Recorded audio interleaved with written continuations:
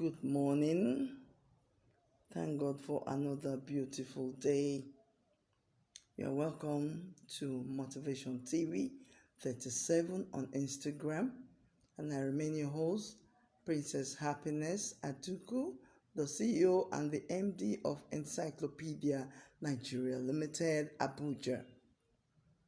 Thank God because a lot has been happening.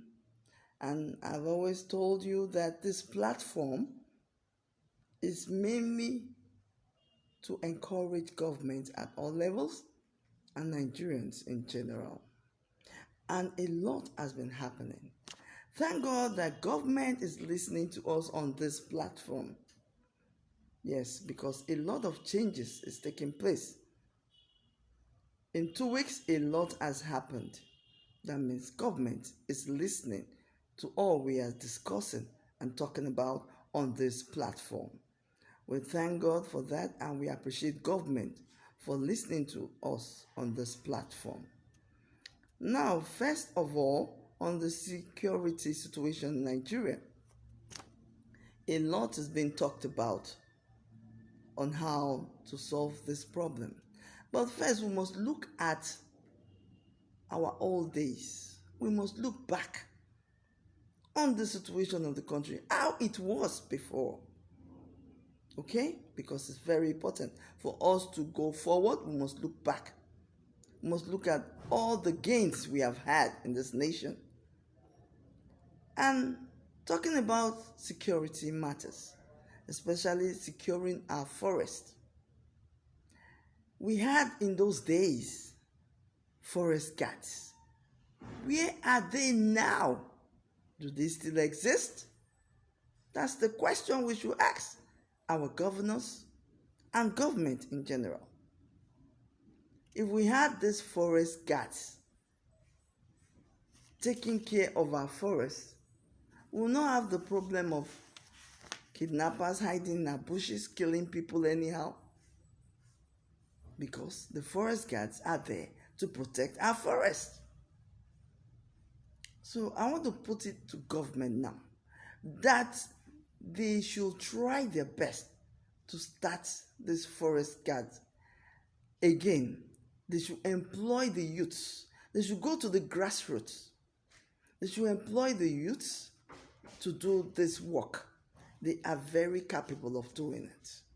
They are very capable of doing it. You go to our villages, you have a lot of youths there. Lying low, no jobs for them. But with this forest guard job, they'll be happy if government can introduce it again. It will help us protect our forest. It will help us protect our forest. Kidnappers or whoever, whatever they are called, will not go there to hide. Okay? It will secure our forest. Secondly, I talked on this platform that governors should invest in farming. They should make use of all this forest. Why are they growing the forest? For what purposes?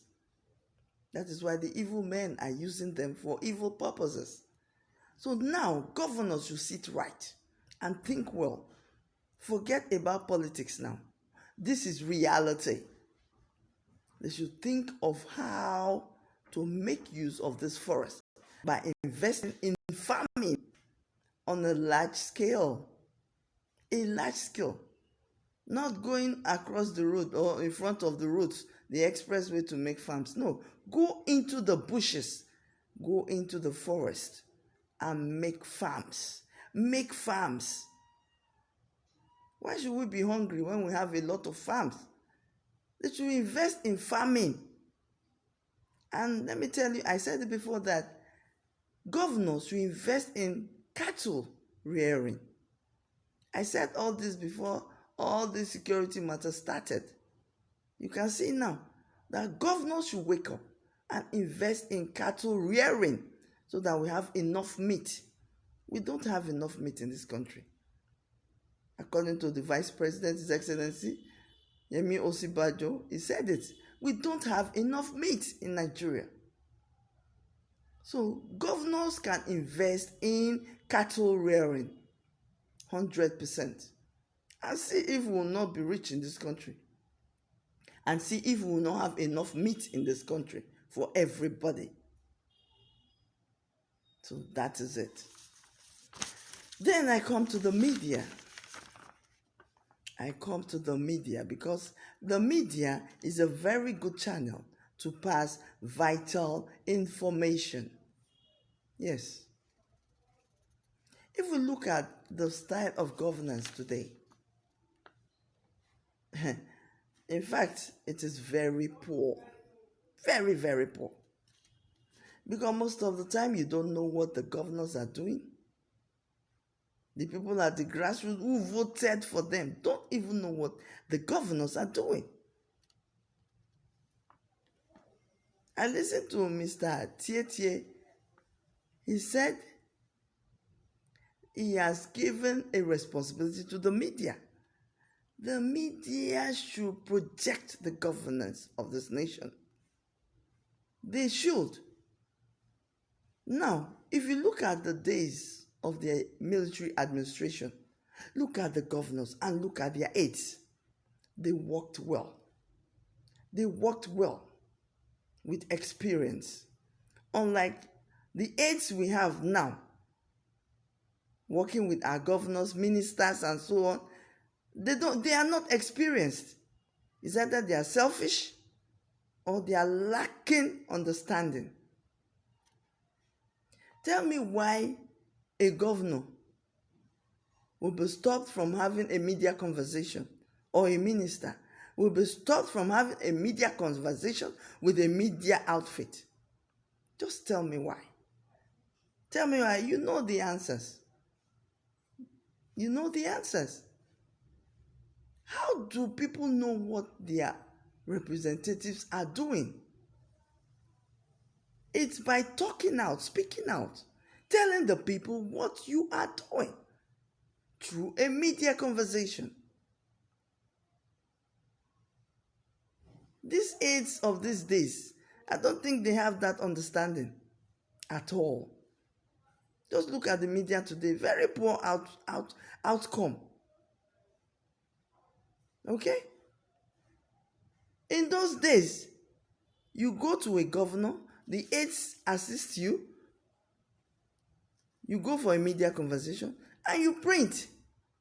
You print out what has been talked about, what the governor has enlightened us about. And it goes to the general public. The information is passed from one person to another. But these days, you are being deprived of having a media conversation with an appointee. Huh? Why? That shouldn't be the case. Okay? What century are we now? That shouldn't be the case. Don't take us back. We are to move forward in the media. We are to pass vital information. We are to tell the people about governance. What is happening in your state?